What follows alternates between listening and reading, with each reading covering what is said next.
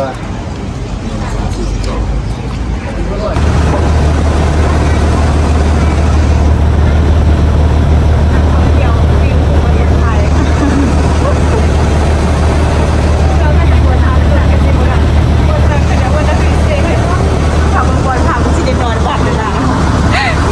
นี่เพิ่นจะใต้ไฟแล้วก็งามค่ะทารุณแมลงเด้ทานอาหารแนวกินอะไรขนมนี่อันนี้เด้อันนั่นนะมาต้องได้กินมะพร้าวสวัสดีทุกคนสวัสดีที่ทุกคนเด้อยินดีต้อนรับเข้าช่องเองละน้อยสาวลาวตอนนี้ละน้อยกำลังจะเดินทางไปจังหวัดเลยเอฟซีประเทศไทย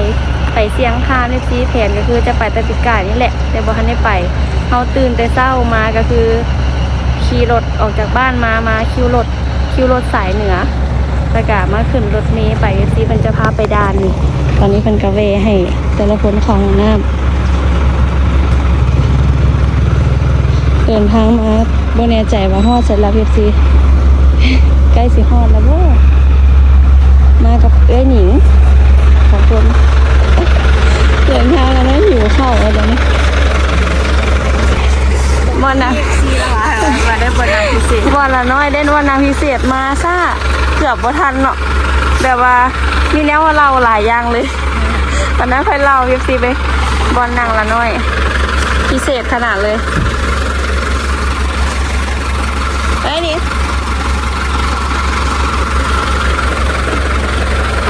ดูที่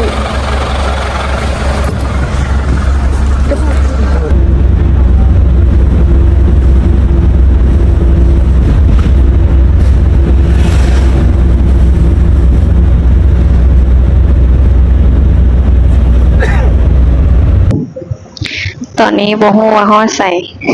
แต่สิ่งที่ฮู้ก็คืออยากเข้าออกมาตั้งแต่เช้าตอนออกมาจากบ้านก็ประมาณ 6 โมงแบบสิ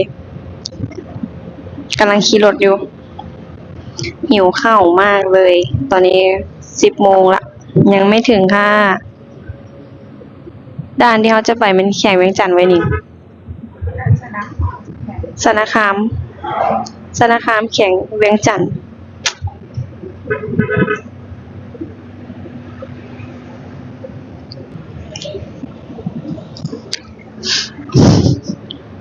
หนทางนี่แบบละน้อยเริ่มวินรถแล้ว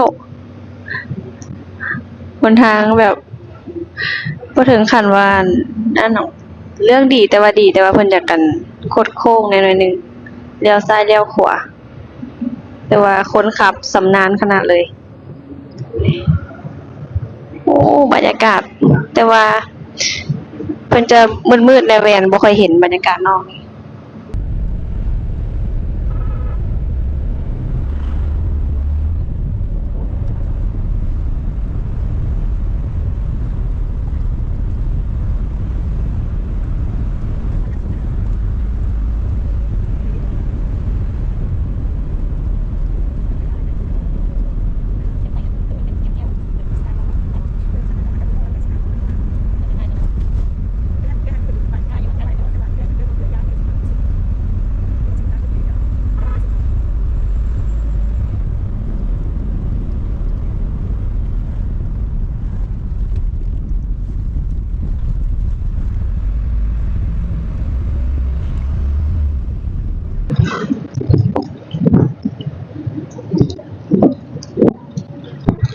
ตอนนี้ยังบ่ฮอดเทื่อเด้อ PFC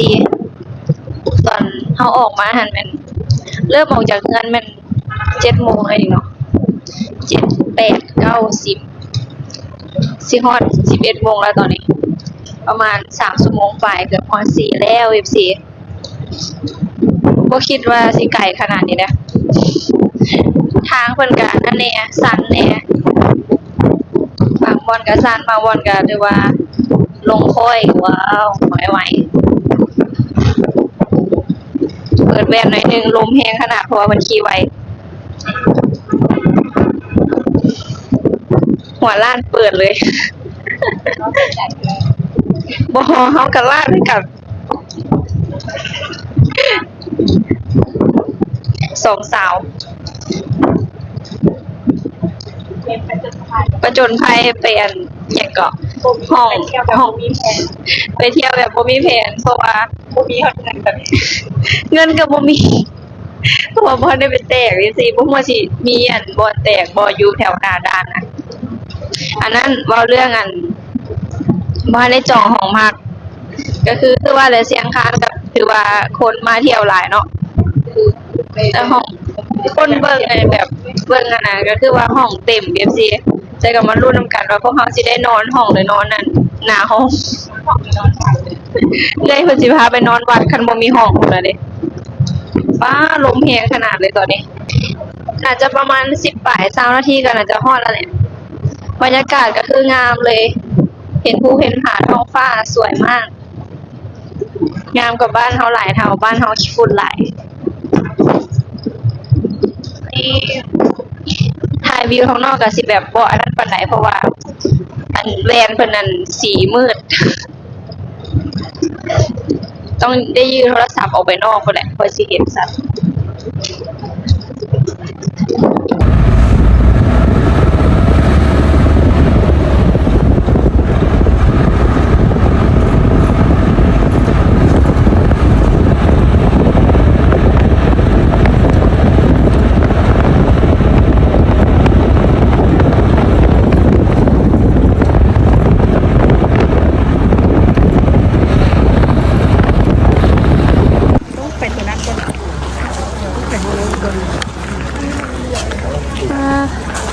มาฮอดแล้ว24ฮอดด่านละคนหลายแฮง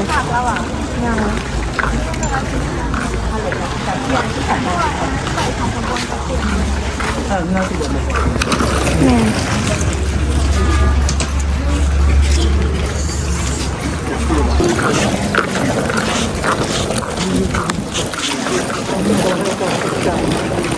ตรงในตอนแถวขนาดแล้วมีเห็ดอันรับทานแดงคนหลายแฮงจะต้องมาผลก้อนลอยก้อนหมดแล้วน้อยเกือบว่าเอาบัตรประจำตัวมาในที่สุดก็ผ่านแล้วอันนั้นเองก็สมนุกว่าใส่เว้นโมเมนต์สมนุกพาสปอร์ตใส่บ่ได้เพราะมันเป็นด่านท้องถิ่นพอดีมาพอดีมาเลยพอด่านแล้วสิพอดีเฮ็ดอันปื้มผ่านแล้วว้าวนี่ทางฝั่งไทยทางนั้นเด้ก็สิได้ไปละพี่อยู่ลงมาบาทนะ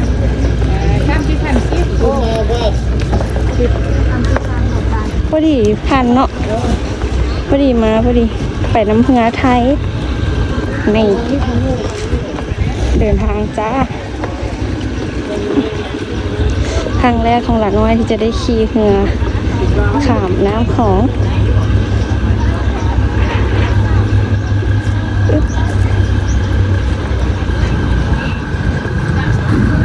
ต้องได้คอยระมัดระวังเลยเพราะว่าสั่นมาก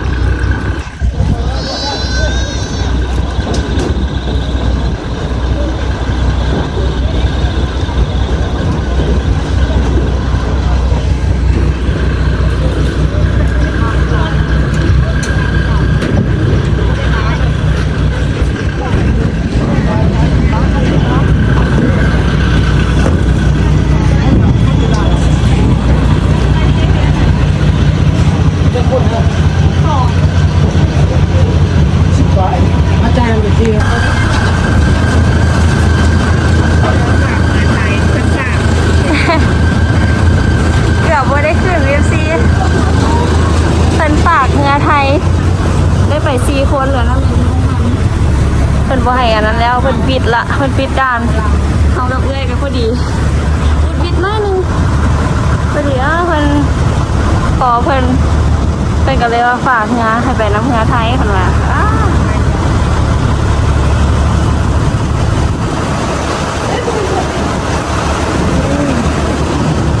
บรรยากาศจับไม่ทันได้แบบ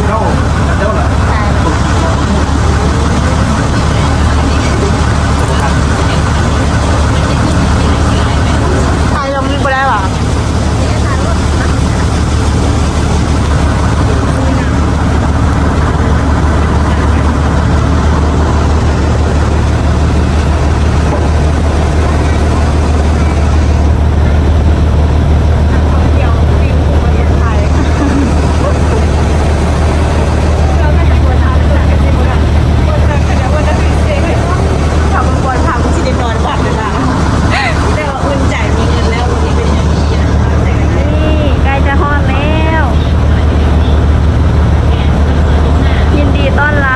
ประเทศไทยนี่ซูมได้ไงได้เลยได้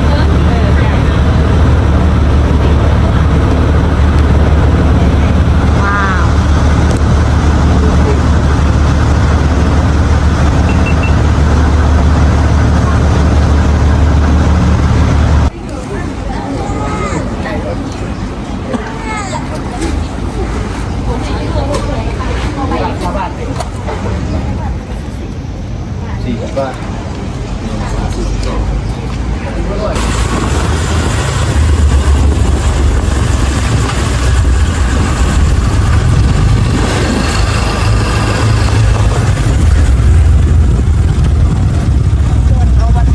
ล่ะเห็นว้าวนี่มาเลยฮะเห็นอะไรเลยเห็นอย่างเห็นอย่างก็ว้าวโอลาเต็มไกลอะไรเห็นกันคือว่าเต็มบ้านคือว่าเต็มบ้านไม่คือว่าเต็มบ้านเรียกว่าสองทุ่มกับวันนะตอนนี้ อันนี้มันบ้านที่อย่าง บ้านกันประจัดแรงเยอะเดียวกัน มันเตะห้องเฮียนดิเพลงนี้ลอยมาเลยล่ะเหมือนกันโรงเรียนบ้านเชียงคานวิจิตรพยาอันวะเขาอ่านถืออยู่เขาอ่านถืออยู่วิจิตรอำเภอเชียงคานจังหวัดเลยมีบูธเด็กว้าวมีบูธแมลงละน้อยจะมาเลาะเขาสิไปเซาลูกกี่บอตอนนี้คือซอกหาบอลคาก่อนจ้าถ้าขั้นเหมาอีกอันแล้วไม่พอเท่าไหร่นะ ไปไทยแล้วครับ แล้วแต่ไปใกล้ไปไกลเนาะ เราเพิ่มเวทเท่าไหร่ เต็มไปเลย อันนี้ก็เต็มนอกก็ได้พอเส้นในนะวันนี้ก็เต็มเลยห้องพัก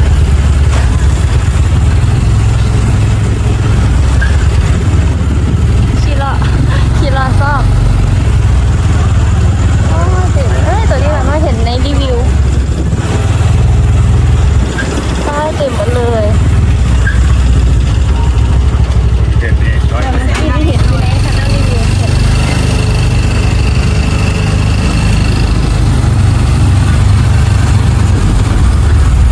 เส้นตัวเพิ่นเดินอะไรกันนะที่นี่หวะได้ห้องพักแล้วพิซีซอกแท้ซอกว่ะเหลืออยู่วันบอลเดียวนี่เพิ่นห้องนี้เพิ่นก็วางห้องเดียวพิซีเอ้ยเกือบบ่ได้บอลนอนเกือบบ่ได้บอลนอนเนาะเกือบบ่ได้บอลนอนห้องกะเป็นห้องพัดลมเพราะว่าแอร์เบิดแหละเพิ่นว่าเพิ่นเหลือห้องสุดท้าย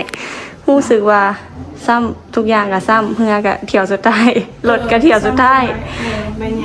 บ่เป็นหยังเขาโชคดีแล้วมีบอลนอนนี่น่ะก็น้อยสบายแนวไหนก็ได้นี่อยากได้ห้องแถวอันใกล้ๆแถวถนนคนเดินกับบ่มีเพราะว่าเต็มเบิดละตอนนี้ออกจากบอลพักไปสิเอามาซอกหากินข้าวเพราะว่าหิวจะกินอีหยังกินเฟอว่ะเฟอบ่มีอยู่นี่ต่ำอันนี้คือสิสวงแต่ว่ากินวะบ่เนาะอ๋อนี่พอดีเลยพอดีวะเจ้าพอดีแต่เขาสิพอดีบ่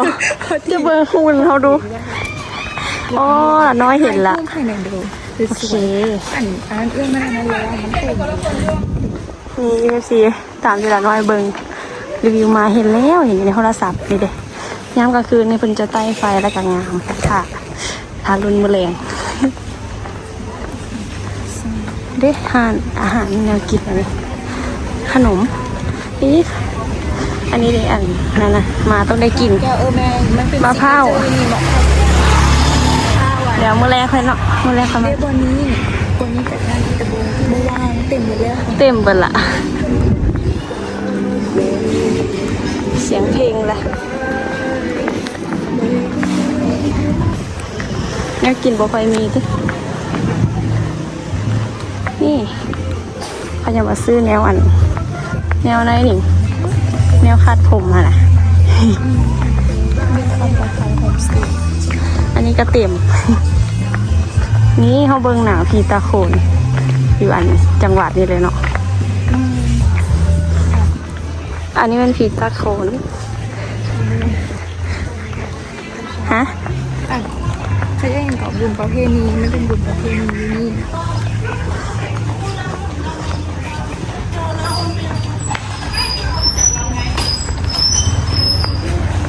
การมาถ่ายบรรยากาศรัวๆ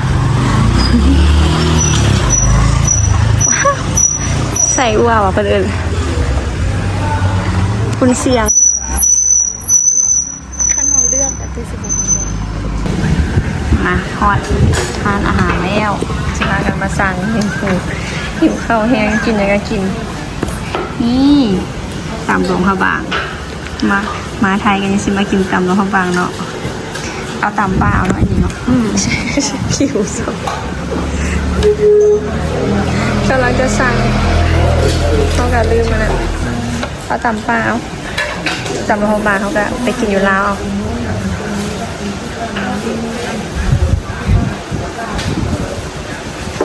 พริกเท่าไหร่พริก2 3กระเฮ็ดมันเผ็ดได้เนาะ3พริก3 เม็ด